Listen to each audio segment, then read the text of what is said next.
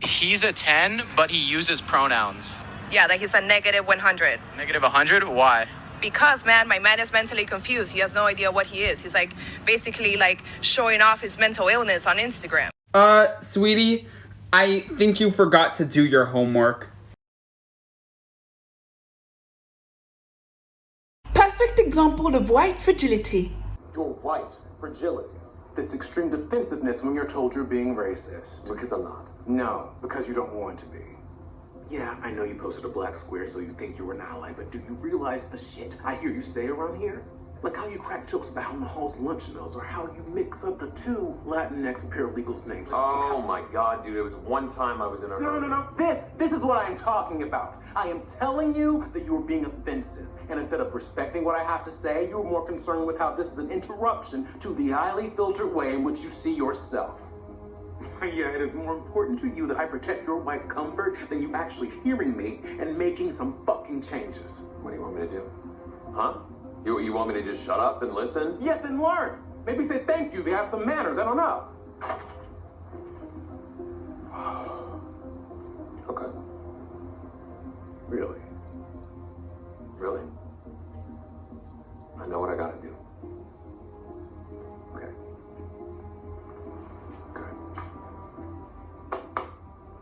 Great talk. Good talk, good talk. Now, do you think he actually listened to him and stopped being a dumbass? If you're ready to have conversations about anti-racism and movies and scenes like this, 1, follow me, 2, join my online film club and we're gonna talk there. Why is everyone complaining about anti-homeless architecture when sleeping is this easy?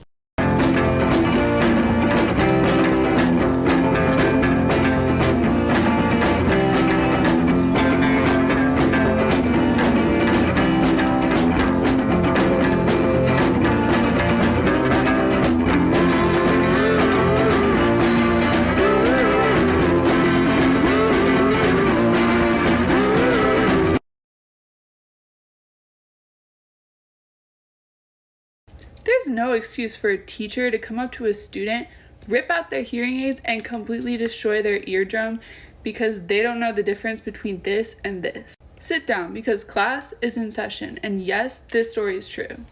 This is a hearing aid. It amplifies the hearing you already have and helps you hear. And these are earbuds. If it wasn't obvious, you can listen to music. But also, personal space is a thing, so maybe you should not destroy somebody's eardrum.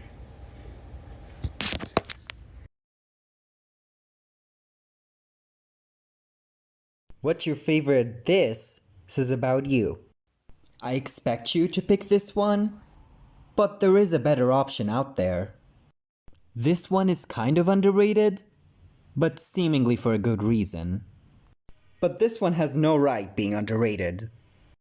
You probably hated this one at one point, but then came to your senses later on. Why would you pick this when you know this is the superior version of it? Now that's blasphemy on my account. I've never met anybody with a strong opinion on this one. You passed the vibe check. Simply the creme de la creme. You're either an annoying millennial or a Gen Z kid with no mind of their own. Conservatives always talk about how teachers need to keep their private lives private and they shouldn't be talking about gender and sexuality with their students. Bro, you want to know what happened on my first day of my new school 3 days ago? A kid came up to me after the end of class and asked my pronouns. I had forgot to put them in my little get to know me slide at the beginning of the period. So this was new. I didn't even give any signs. I mean, I gave a couple signs, but come on, what was I supposed to do? Lie? And then they asked more and I said yeah, I'm bi. And they've now spread this rumor so much that students who I don't even teach are coming to my room all the way at the end of the hallway just to say, "Hi, Rami," and then leaving. What am I supposed to do? I'm sorry, conservatives. I'm not forcing it down their throats. If anything, they're forcing it down mine.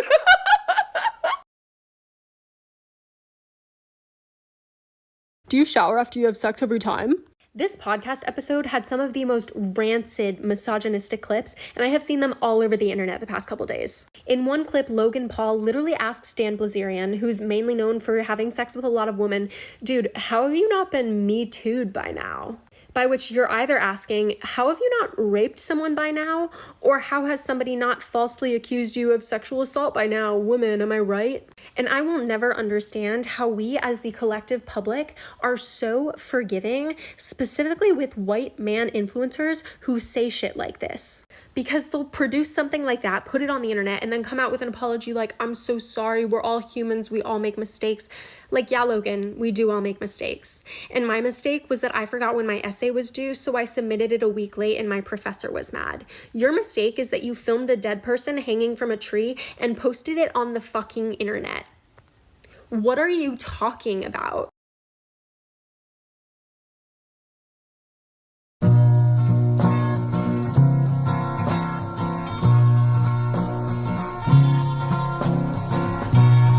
Didn't wanna have to do it. Didn't wanna have to break your heart. The native representation of what we do in the shadows is really important. With that in mind, let's talk native representation in media. I'm native of the Lumbee tribe, and this has been a series on my TikTok, so let's dive into it. So what we do in the shadows is a hilarious mockumentary following a group of vampires who live on Staten Island, which is outside of New York City. And the show incorporates aspects of indigenous culture in really smart and clever ways. In one of the first episodes, Laszlo, one of the main vampires, constantly refers to Manhattan as Manhattan. Manhattan. Manhattan. This is a really smart reference to the Lenape tribe, whose name for the island New York City occupies is Mannahatta, which roughly translates to Island of Many Hills. By having Laszlo only refer to the island by its Lenape name, the show is not only countering the erasure of native culture, but also doing subtle world building, indicating that he first came to the area centuries prior at the start of colonization. In another episode of the show, the group of vampires encounter a pack of werewolves, and it goes out of its way to push back against the dehumanization of native people in films like Twilight. So, are all you werewolves Indians? Oh, here we go again. Fucking Twilight? No, we're not all Indians. In fact, well, I'm an Indian, but that's because my father's from India. I think you're not even talking about that kind of Indian, though. I think you're talking about a Native American like Marcus. Yeah, but I'm not a werewolf because I'm Native American. That's right. All right, it's not an ethnic thing. That's one guy. We're all different. I'm African American. That's right. Ooh. Yeah. I'm Caribbean Canadian. Saskatoon, motherfucker. That's right. I'm Caucasian. That's right, that's Chad. And on top of all this, Guillermo, one of the main characters, is revealed to be indigenous. Near the end of season 1, he quickly mentions that he's mestizo, which, broadly speaking in Latin America, refers to an individual who is of Spanish and native descent. But the show doesn't really center Guillermo in being indigenous, instead focusing on his identity as a vampire's familiar, or in later seasons, being a gay man. Despite this, I think it's really important that Guillermo is so casually referenced to be native. We should be working towards a world where media centers native people in their identity, seen in shows like Reservation Dogs, but there can also be room for media where being native is a side note to a character's broader experience, like in What We Do in the Shadows. We can celebrate both kinds of representation because they ensure that native people are represented in diverse ways. And because of this, I find Guillermo's presence on the show to be incredibly meaningful. Today I challenge you to go up to 5 film bros and ask them if they can name 5 black female directors. Today I woke up and chose violence. So allow me to tell you about 5 black women who are making movies. First we got Ava DuVernay. She made movies like Selma, When They See Us, and The 13th. Dee Reese, who made movies like Mudbound, Pariah, and Bessie. Nia DaCosta made Little Woods, Candyman, and is rumored to do The Marvels. Gina Prince Bythewood. She did movies like The Old Guard, Love and Basketball, and The Secret Life of Bees. And she's about to be the director of The Woman King, so you know shit's poppin'. And last but not least, Cassie Lemons. She made movies like Self-Made, Talk to Me, and Eve's Bayou. If you know, you know. But like, I don't care how good the chicken is. They support genocide. I think one thing that consistently happens with the discussion of Chick-fil-A and the genocide, and it's like, he's right. But one reason it's not clicking for people is because Chick-fil-A is based in the United States, and the bad things aren't happening in the United States mostly, right? A lot of this is being outsourced to other countries. It's been a long time since I've Googled this, but Google is free. But if I recall correctly, one of the foundations that Chick-fil-A funded into very heavily went on to campaign in, I believe, Nigeria or Uganda for gay and trans people to receive the death penalty. It's not happening to you, and that's why you don't care. It's happening to people in other places, so you just close your eyes and go buy chicken minis.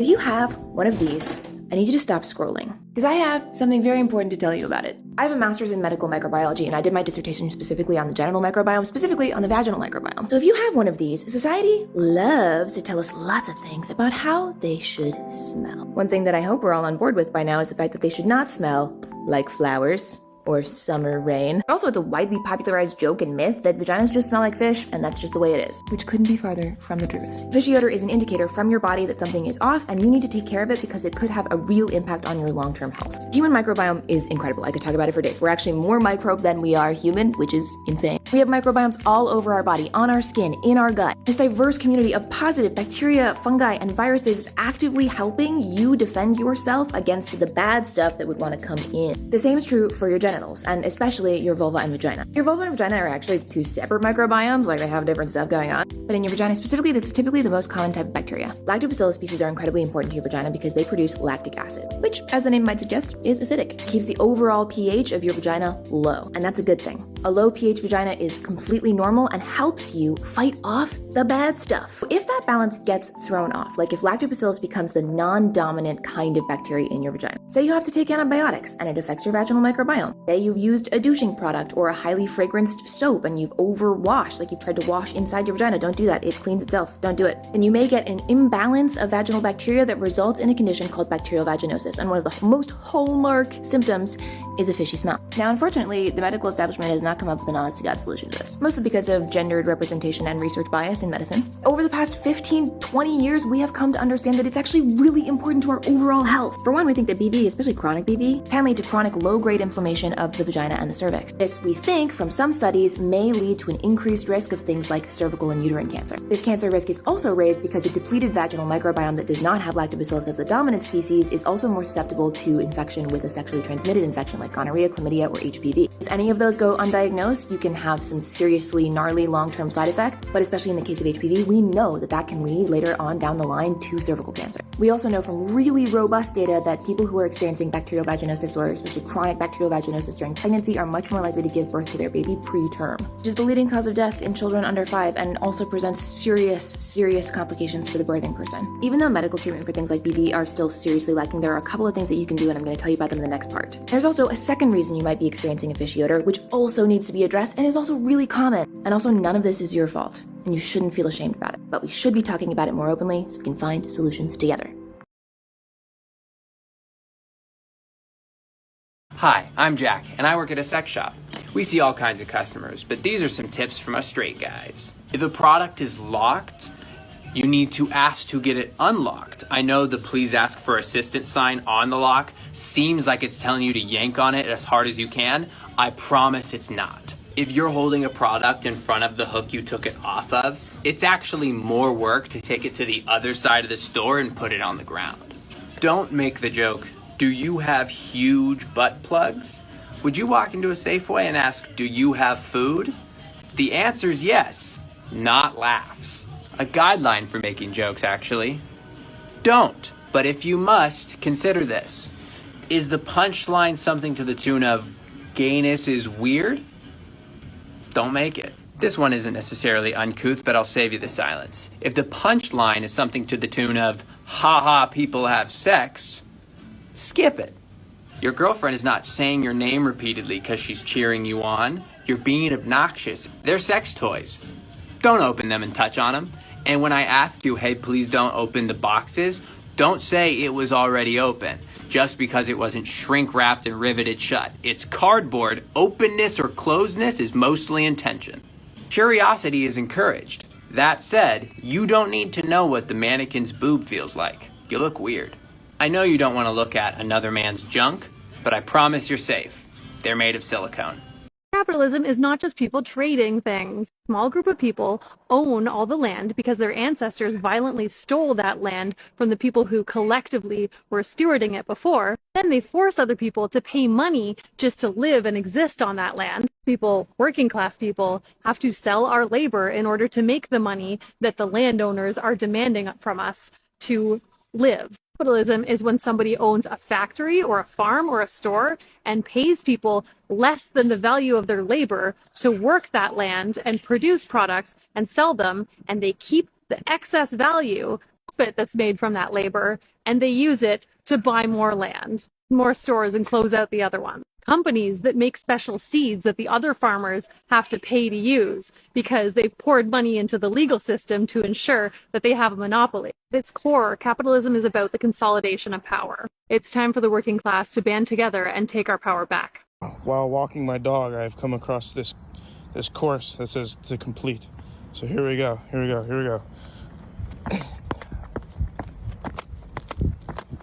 9, 10. Okay, we got twirl. Okay, we twirled. And now, touch your toes. Okay. Hold on. Touch. Okay. Follow the line. Oh boy. Here we go. This is so dumb. It's so fun.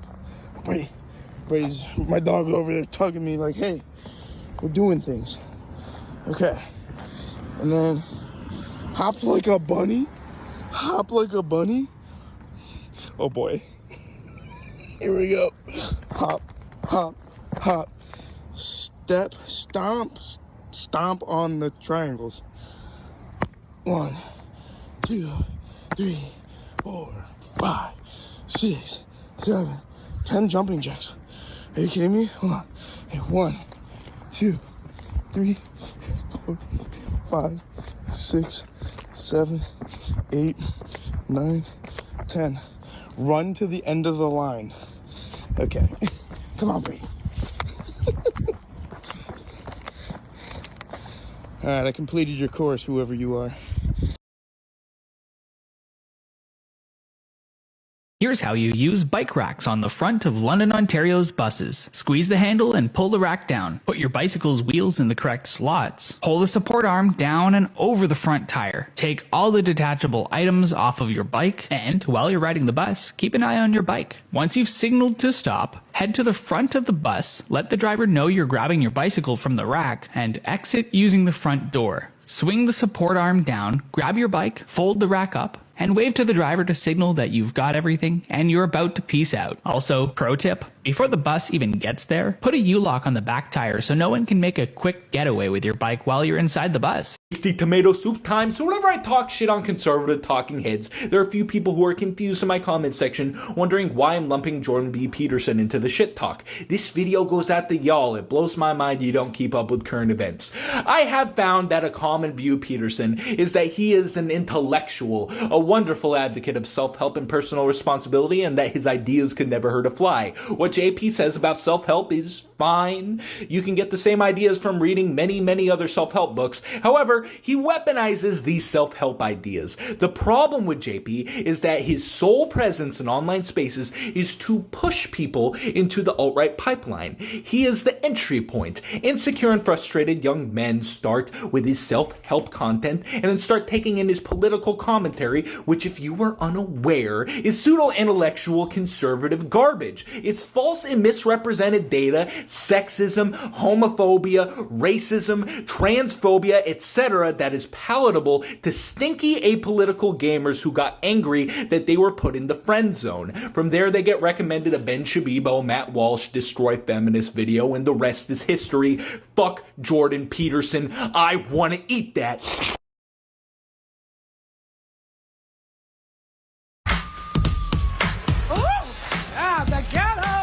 Now that it's Hispanic History Month, can we talk about how the hot Cheeto girl trope is just Latinas?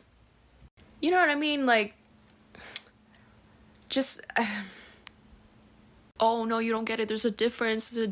Like, it's the way that they act. It's not the way... Really? Because what is it about gelling down your baby hairs, having long nails, and wearing big hoop earrings that got y'all acting like that where you're playing a character? Quickly. By now, we've all heard the diatribes decrying the casting of black actress Halle Bailey in the role of Ariel in Disney's remake of The Little Mermaid. The I don't see color crowd has taken to the comments section to protest this egregious miscasting of one of their favorite Disney heroines. Typical woke Disney ruining our childhood. This is racist. What if they made a person of color white? What about that? Well, I'm glad you asked. Here are the top 10 times a person of color, real or fictional, was played by a white person. Ava Gardner beat out her friend, actress Lena Horne, to play Julie Laverne in Showboat. The character is biracial, and that fact is essential to the role that she's playing. But Lena Horne, a fair-skinned black woman, lost the part to white actress Gardner. Julie sings two very important songs in the film, which became Great American Songbook standards, Bill and Can't Help Lovin' That Man, which had to be overdubbed by singer Annette Warren, which was a further insult considering that Lena Horne was also one of the greatest standard singers of all time. Number 9. Yul Brynner and Charlton Heston being cast as Pharaoh Ramses and Moses in the Ten Commandments. Both actors played infamous figures of the Middle East, even though Yul Brynner hailed from Russia and Charlton Heston was of English and Scottish descent and was born in Illinois. Number 8. Jake Gyllenhaal as the Prince of Persia. Walt Disney Studios produced this completely whitewashed version of a popular video game of the same name. This film, produced in 2010, also starred English actress Gemma Arterton as Princess Tamina. Number 7. Emma Stone as the half-Polynesian Alison Ng in Cameron Crowe's Aloha from 2015. It's of note that by this point there were plenty of well-known mixed-race actresses that could have played this part, but a white actress was chosen instead. Number 6. Natalie Wood as Maria in the original West Side Story film. The fact that Maria was Puerto Rican was essential to the story being told here. In fact, Rita Moreno was the only Puerto Rican actor cast in the film. George Chakiris, who played Bernardo, was of Greek origin. All the actors cast as sharks, including Moreno, were made to wear dark brown makeup, even though Puerto Ricans come in all shades. Number 5. Yul Brynner as Mongkut in Rodgers and Hammerstein's The King and I from 1956. This film was based on a novel about real-life events called Anna and the King of Siam. Siam was located in modern-day Thailand. What's not well known is that Deborah Carr's character, Anna, was mixed race in real life. She was the Anglo-Indian daughter of an Indian Army soldier and an English woman. Number 4. 2007's A Mighty Heart, starring Angelina Jolie. She played Marianne Pearl, the Afro-Cuban widow of kidnapped journalist Daniel Pearl. She had to darken her skin and wear a curly wig to play the role. Number 3. Mickey Rooney in Breakfast at Tiffany's. What can you say about one of the most offensive roles ever put on screen? Can this even be called comedy? This is one of the trashiest things ever done in a movie, and the story didn't even need it. The character is completely different from how he was portrayed in Truman Capote's original short story upon which the film is based. I mean, it wasn't enough that a white actor was cast in the role of a Japanese man, but director Blake Edwards and Mickey Rooney decided to play it for lowball laughs. The inclusion of this offensive stereotype cast a very ugly shadow over an otherwise classic film and renders various portions of it downright unwatchable. Number 2. Every single major Hollywood film about our Lord and Savior Jesus Christ. Every one. From The Passion of the Christ, to The Greatest Story Ever Told, to King of Kings, to Jesus of Nazareth, to Jesus Christ Superstar, to Godspell, to Mary Magdalene. You get it. Number 1. Blackface. All the blackface. Blackface everywhere. So much blackface. Old blackface, new blackface. Comedic blackface, dramatic blackface. Blackface for miles and miles. So much blackface. The fact is, there are so many examples of white actors playing both real and fictional characters of color that it was nearly impossible to choose a top 10. People of color have rarely played themselves in starring roles until very recently in Hollywood. The Oscar So White debacle in 2016 was really the starting point where Hollywood was forced to take this issue seriously. Whitewashing has been common practice since the invention of motion pictures. How many times has a person of color ever played a real-life white person? A black person playing a fictionalized character that has traditionally been thought of as white should present a welcome opportunity to rethink a story that's already so far removed from the original that Hans Christian Andersen would find it unrecognizable. I suspect that the Venn diagram for those who claim that they don't see color and those who find themselves in the throes of existential angst over this casting decision